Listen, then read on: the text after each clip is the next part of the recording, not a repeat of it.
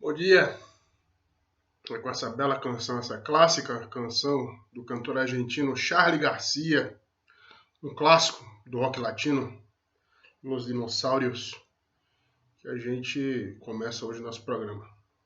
E por que no domingo, após o Natal, a gente cantar uma música bonita, mas tão triste, que fala de tudo aquilo que pode desaparecer. Pois bem, sem querer aqui traçar aqui um quadro triste para esse final de ano, mas quem for pegar a capa da revista Veja que vai sair inclusive agora essa semana, vai perceber lá que 2020 foi um ano ruim para muita gente. Ou, melhor dizendo, 2020 foi um ano terrível para a humanidade.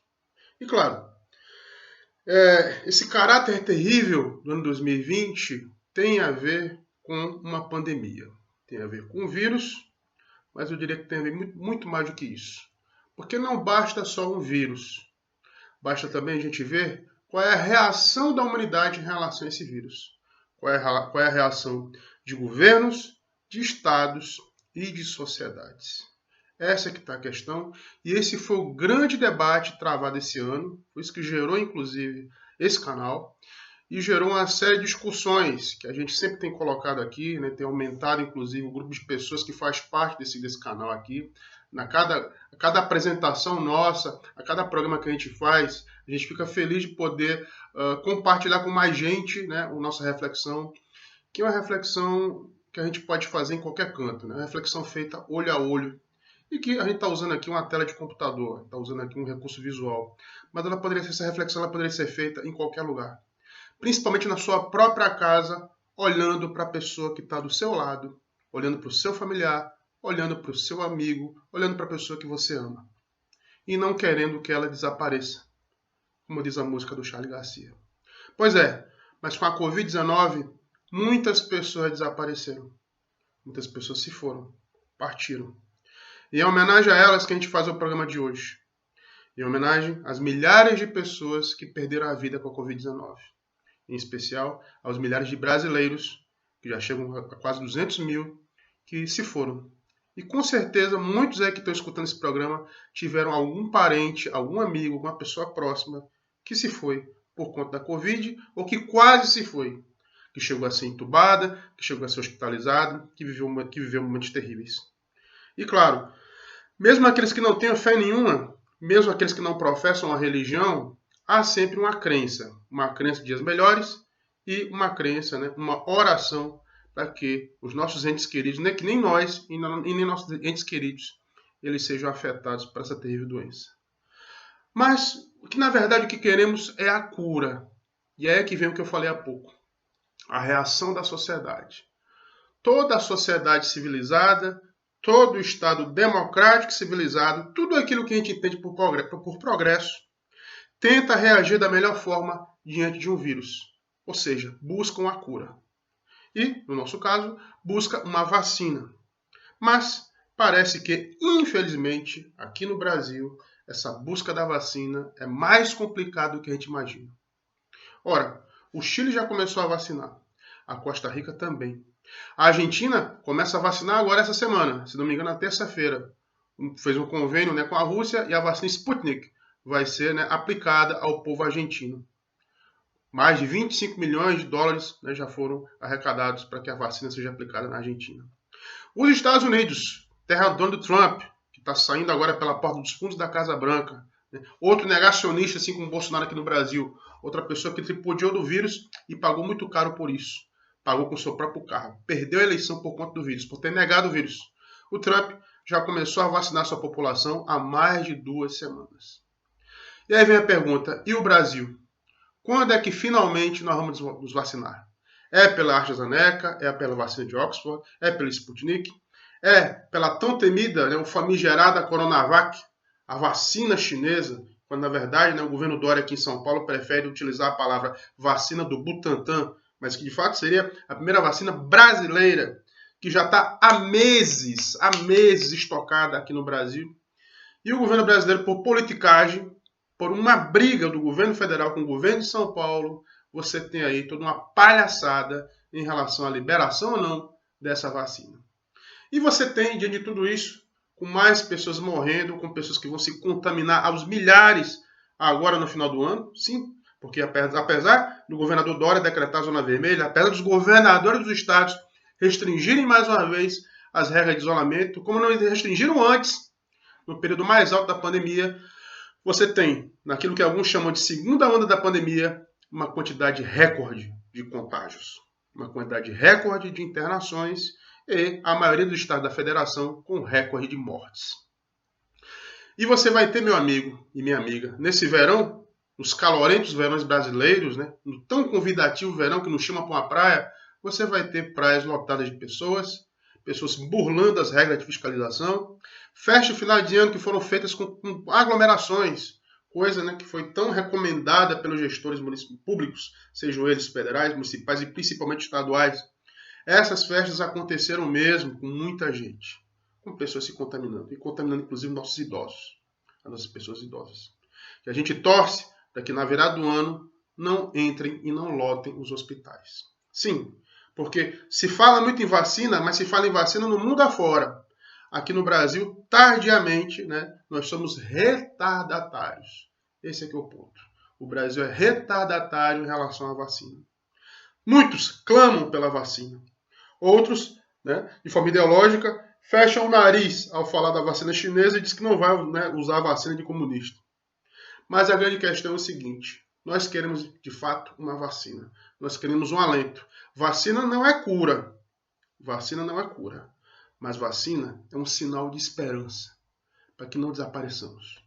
E aí vem o governo Bolsonaro.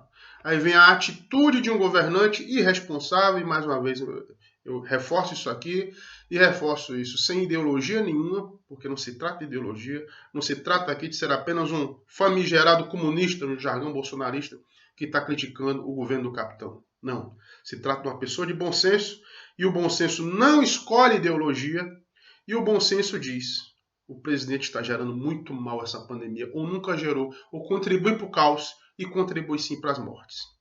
É o presidente do e daí? É o presidente do, palavra chula que eu não vou repetir aqui, do F, que o general Heleno tanto propagou no começo dessa crise. Mas é o presidente que não dá bola para não ter vacina.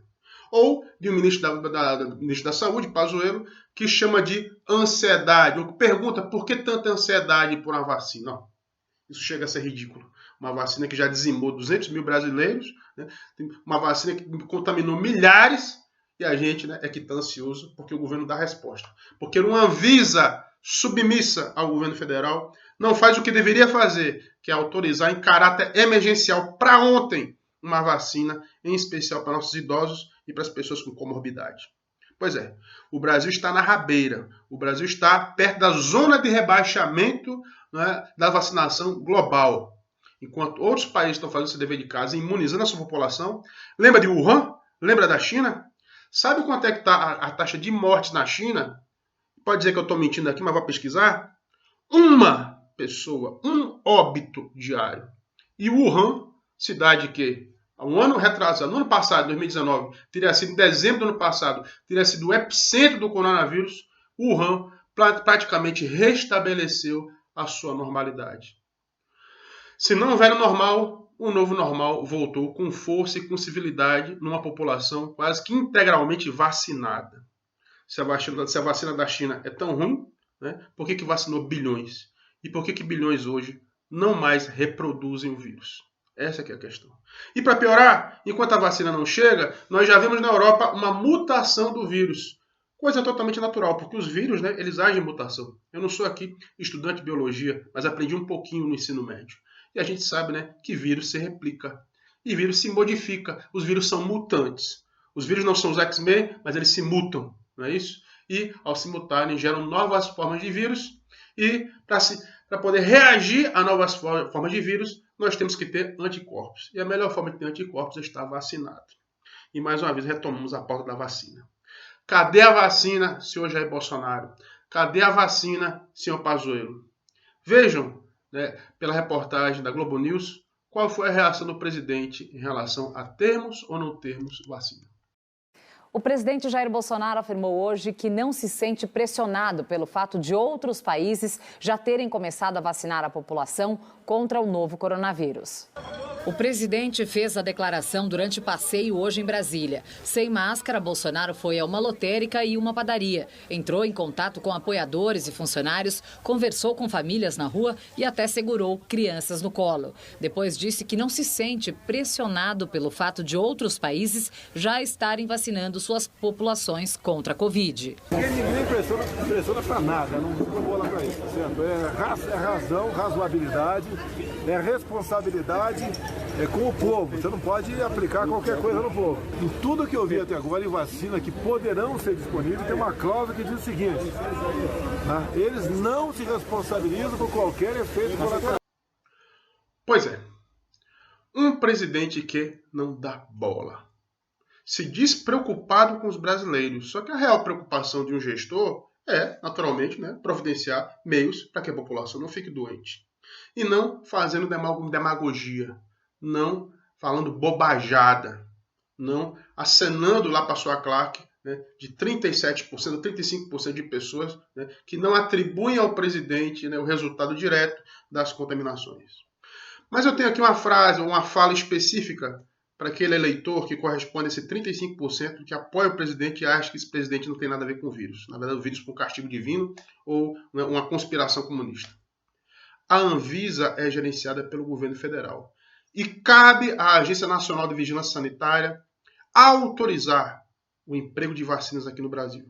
A gente sabe que o Supremo tentou fazer a sua parte, determinando, inclusive, por liminar do Ricardo Lewandowski, o ministro Ricardo Lewandowski, que se a Anvisa permanecesse omissa, os governos estaduais teriam permissão, né, de importar vacinas de outros países sem a interferência da Anvisa. O quê? Né? Para alguns articulistas foi um absurdo. Né? Eu escutei na rádio, né, o Guilherme Fiuza, dizer que isso é um absurdo, isso é um ataque à soberania. Né? Um ataque à soberania querer vacinar um povo que está morrendo. Né? Uma vez em que você tem um Estado aqui omisso, não é? E você tem o judiciário que diz que, diante da omissão do executivo, para que mais e mais pessoas não morram, os governos estaduais podem sim, dentro da autonomia federativa, pegar a vacina de fora. Por quê? Porque vacina é para a humanidade, vacina não é só para um Estado.